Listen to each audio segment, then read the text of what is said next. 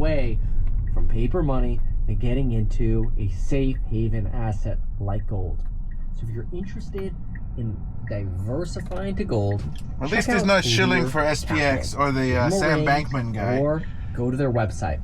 You can call 1-800-707-4575 or go to Lear, that's Lear, Kevin.com for your free gold and silver reports, as well as investor kit to learn how easy it is to own gold or silver in your IRA, or just have it delivered to your door and you can do whatever you want with it. Under the mattress, in a safe, or you decide. Anyway, give Lear Capital a shot over at 1-800-707-4575 or learkevin.com. Also, keep this in mind. First-time buyers can get up to a $15,000 bonus in bonus gold with a qualifying purchase. So make sure when you call 1-800-707-4575 or you go to Lear Capital, learkevin.com, you ask them about that $15,000 bonus. Make sure to let them know Beat Kevin sent you. It only matters to the extent that this second chart stays low. And I make this comment regularly. I'm like, so far we haven't really seen a spike in layoffs. And then I get these comments, people are like, what are you talking about, Kevin? I just saw announcements that this company, like Microsoft is laying off, and UPS is laying off, and Walmart's laying off. Yeah, that's true. But you have to understand the economy is more than just some of the big recognizable names that you have. And so the easiest way to understand this is by looking at the actual layoff and quits rate. Quits rates actually increasing is a positive sign for the economy, although it's been trending down for a while. Right here, this is what you want to pay attention to, though. The layoff rate. The layoff rate has been very low and stable since 2022, 23, 24, and through 2025. So until we see an actual spike in the layoff rate, like what you saw over here in the Great Recession, obviously COVID, but just ignore COVID for a moment, just look at the Great Recession, or even the elevated levels of layoffs that you saw in the dot-com bubble, you can see we're substantially below the levels of the dot-com bubble, and certainly substantially below the highs of what we saw in the Great Recession. So as long as, yes, consumption might be slow, as long as we don't get the layoff rate increasing, I don't know, data might not actually turn negative. Now, I personally maintain that we'll know by October, maybe even September, because we're going to have so the June, FSD July, did August data. Okay, recognize that, but what does that Liberation was Day a do? parked car. Well, Liberation Day Turned off the 2.0, blinker. based on this S&P data, potentially pushes Still that have trouble back on these to not variable parking I'm still lanes. thinking, October, September being sort of your D-Day. But what it does is it sort of backloads the data. It says that data from May that's getting reported in June might be influenced, even data in June that gets reported in July could be influenced by, again, a front running of Tariff 2.0. Now, what does that mean for you? Like, practically, what does that mean for you in the short term? Well, in the short term, it means stocks can keep going up. Now, remember, a lot of institutions today are saying, look, the S&P 500, based on where we think their earnings are going to be at the end of the year, at trading at maybe a 20x multiple, is probably overvalued by about 23% today. So broadly, the index, for somebody who's trying to look for valuation deals, is not in a deal right now. It's in an overvalued state. Does it matter if you're just buying the dip long term? No, of course not. But if you're somebody who's setting stops right now and saying, all right, look, I've got a lot allocated to stocks, maybe I've got margin, maybe your trailing stops are set so that way when your trailing stops hit, you just pay off margin and then you just ride out the wave, right? It's not a bad strategy. I see a lot of people doing that. They ride margin on the upside, but they set trailing stops to protect themselves from a further downside. And this S&P data, in my opinion, gives me sort of a little bit of a, that's interesting, like, when are we actually going to get clear data, right? But what all it does is tell you that the Fed's just going to wait even longer to cut rates, which sucks. Now, the JP Morgan reports that they're tactically bullish. They actually think that we've got resistance around the 6,000 level for the S&P 500. But overall, they think that stocks will reach all-time highs in the near term, especially as we get early June data, which actually aligns with some of this S&P global data that we're getting. So I don't disagree with JP Morgan that we could continue to see those all-time highs going forward for the next few weeks. Hence, again, stop loss is great. Unless, of course, you're investing in like Enphase, but everybody knows that investing in Enphase has just been a bad investment as rates being high and the actual fundamentals of people wanting to buy solar inverters, solar panels, batteries have been very difficult because when rates are high, the cost-benefit analysis of replacing your utility bill with really high interest rates isn't there. So it's been really difficult for the solar and energy companies. That said, good margins. Enphase will probably survive this cycle. 2028, the big beautiful bill cuts off the EV tax credits, the energy credits for solar, wind, and batteries. Sucks for home batteries. That 30% tax credit gets cut off in 2028. Maybe it leads to sort of a front running of sales, but not when rates are this high. So you're kind of in like this catch-22 where best case scenario for some of these companies is you kind of hope that rates get cut to zero in some form of a panic, but then you need a company that survives the crash and then comes back through a zero interest rate environment. I think Enphase is a company that could survive the crash, but I can't touch Enphase in this sort of environment. I haven't touched Enphase for a very long time. Even back when it was $100, I'm like, oh man, this sucker could go down to 35. I think it's trading for like 38 right now, which is kind of crazy. It sucks because it is a great company. Yeah, it's trading for $38 right now. It's crazy. That said, what we want to pay attention to macro-wise is take our time. So far, none of the data looks like it's really going to give us anything bad. So business as usual. Keep the trailing stops. Keep chugging along. Now, we do need to talk about HIMS, but only after we remind you that, hey, thank you to everybody who invested in House Hack yesterday. We had a surge of y'all investing in House Hack yesterday. Maybe it's something I said yesterday, but appreciate y'all. If you want to invest in the non-accredited round and diversify away to what we're doing. Interesting. Basically, nobody knows anything. Downside protection. Not interesting. It's in just our the opinion. tune of this market. Check out what we do over at househack.com or just watch my videos on House Hack. And again, you can go to househack.com and see some of the properties that we work on and invest. It's open to non-accredited investors. Okay, now we're going to talk about HIMS. All right, so HIMS, this is a big one. HIMS is a stock that a lot of people put a lot of enthusiasm into. To me, it feels like it's a stock that has the enthusiasm of sort of like a GameStop or an AMC. And so we've been covering the fundamentals of this stock quite a bit in our course member live stream. And today I'm going to reveal some of the data points that we've been talking about, because there's a lot of talk on social media about how HIMS is much more than a GLP company and a weight loss drug company, and I agree. It is much more. The problem that's happening with HIMS is twofold. One is valuation-wise, and number two is how much do GLPs affect revenues? That's the question. So let's look at some data points and try to put some understanding on HIMS. So first, HIMS, as of February 2025, has 400,000 subscribers.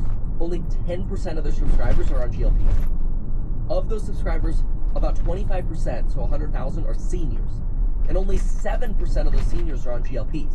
So a very, very small percentage of their subscriber base, again, like 1 in 10, are actually on GLPs. Which means the vast majority of HIMS subscribers are not on GLPs. So every time this bad GLP news comes out and the stock goes down, people on social media are like, oh my gosh, but repeat after me, HIMS is more than a GLP-1 company, and the Cigna signing deal with Novo and Eli Lilly does not change the long-term thesis. Fine. Okay, but let's look at the actual facts and the numbers. So what we have to understand is back in February, the FDA issued a 60 to 90 day grace period for GLP compounding exemptions. Basically, the thesis here was that HIMS would be able to continue to get some revenue, but they're going to lose some of their GLP revenue. Now, how much do their GLP customers pay? Well, their GLP customers used to pay $199 per month. That's compared to a $35 to $55 normal HIMS plan. Okay, so take an average there. $45 for a normal HIMS user, $200 for a GLP user. Well, dang, this means that GLP users are worth 4x what a normal user is worth back when they were able to sell these subscriptions at $199.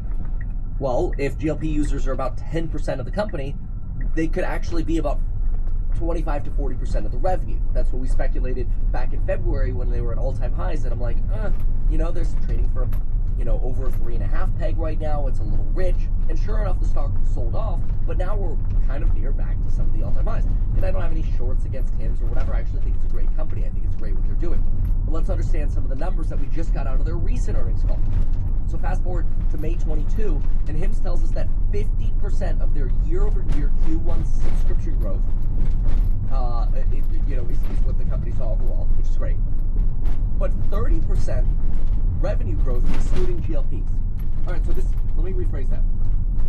They grew subscribers by 50% year over year. Great, the business is booming. But their revenue only grew 30%. That's interesting. Now, if revenue per customer was flat year over year, this would suggest that GLP customers are responsible for potentially as much as 40% of the company's revenue. Because if you had an equal revenue, that is, if every subscriber gave HIMS as much money, you would expect 50% more HIMS users, 50% more revenue. But when we excluded GLPs, we lost 20 percentage points. Okay, well, out of 50%, that works out to 40% of their revenue coming from GLPs. That's a really big number, but it actually gets worse because then in their earnings call, their last earnings call, they actually say that HIMS revenue per customer was up to $84 in Q1, which was up 50% year over year. So their revenue per customer wasn't flat, it was actually elevated in Q1. Well, that's not great, because the reason it was elevated in Q1 was because they were still able to sell the $199 GLP plan. Now they're selling the $499 Novo Nordisk plan, but when they're asked about margins for the Novo Nordisk plan, they don't actually imply that they're going to get much margin at all for the GLP business. That means most of that $499 is probably going to Novo Nordisk, which means that yes, HIMS is a subscription growing company, but is not a company that is going to see as much juicy revenue, net income increases in the future because of these sort of GLP loss. But they could use GLPs, in my opinion, as sort of a net income neutral good job, car driver of business. So in other words, if you want to sign up for GLPs through HIMS, great. Even if HIMS doesn't make money, you might sign up for another product, hair loss or eczema product or whatever, right? So it's still a great business driver of clientele to the HIMS business model. But this whole GLP fiasco really does suck because it probably represents in excess of 40% of their previous revenues and potentially net income. Markets are going to have to discount for that, and that could hurt the short-term momentum that the stock has. Now, I would argue that by the end of the year, we'll actually have realistic numbers on net income for what HIMS is going to get, and that's potentially a better entry point for HIMS. So what I mean by that is, if HIMS falls, because I don't really think it's like a screaming deal right now, I love the company, don't get me wrong, I just don't think it's a great deal right now. If it falls by the end of the year, because people are like, oh my gosh, why is the net income falling so much? Because of the GLPs, okay? So if we look at the GLPs, and the current Wall Street forecasts are about $1 of expected earnings by the end of the year. 56 divided by $1 puts us at 56 times earnings. Growth rate for the next 4 years is about 18%. 56 divided by 18, that puts us about 3.1 peg. I would put HIMS at probably closer to a 2-3 peg. So at 18% growth and a 2-3 peg at $1 of earnings, I would buy HIMS under 40. Which I think there'll be an opportunity again. Honestly, it could probably go back into the 20s. And that's where it starts. So yesterday, I got in the left lane, for whatever reason, fell into the 20s. Made a U-turn at the office to get in front of it. And today, it's still on the right. Short term, bearish. Long term, bullish. They just got to equalize this mess.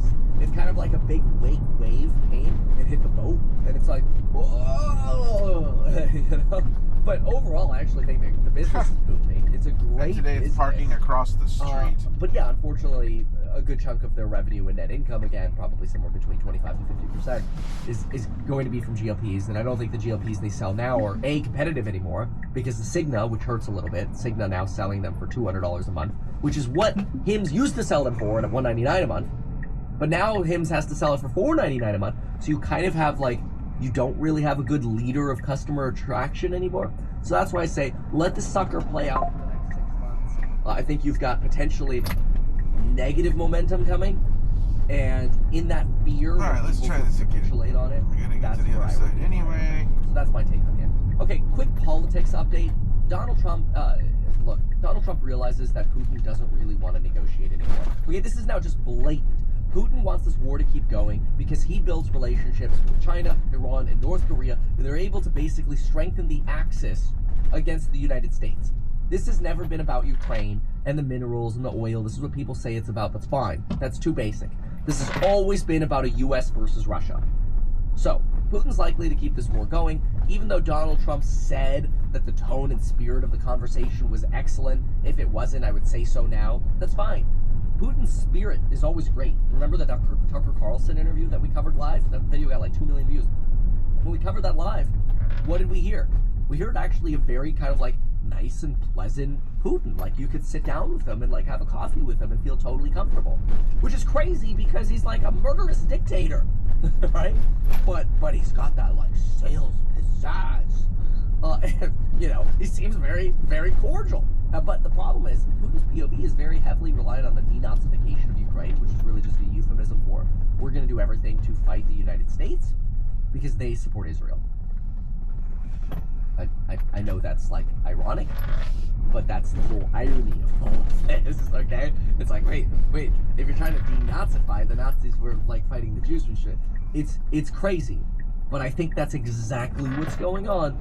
People are welcome to have their different opinions, but this has always been about U.S. versus Russia. All right, let's try being in the middle lane this time. And the more instability there is in the Middle East, and the weaker Israel is, Eastern partners, such as Iran, who is a friend of Russia. So we're on the left side. Let's see if the behavior, okay.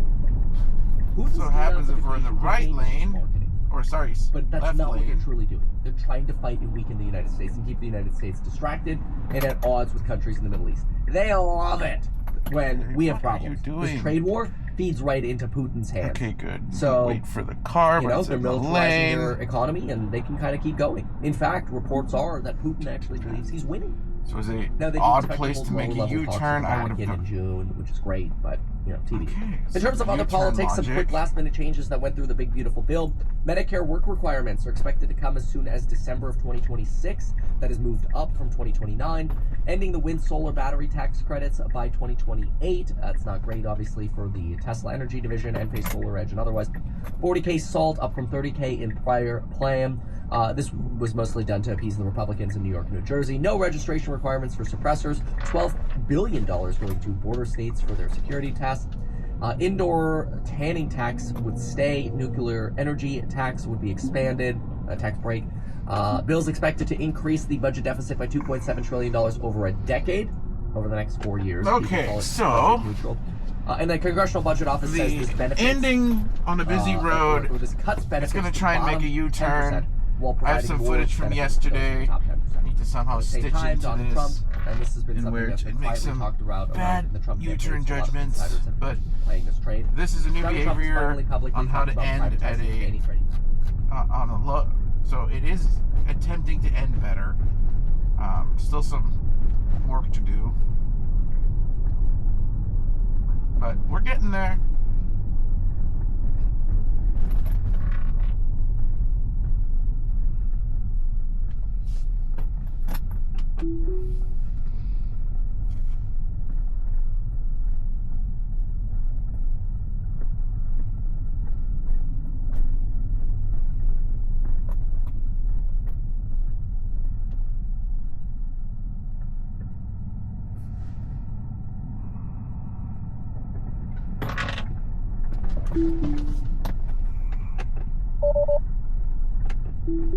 Alright, let's see if we end.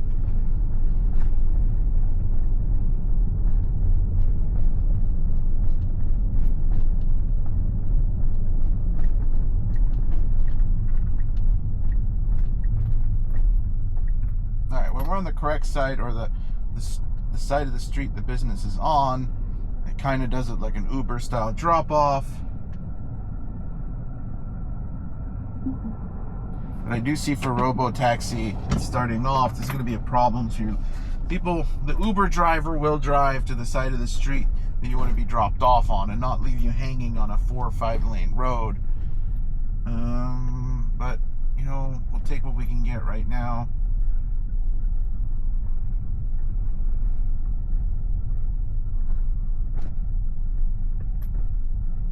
Actually, try this again because I need to drop off some.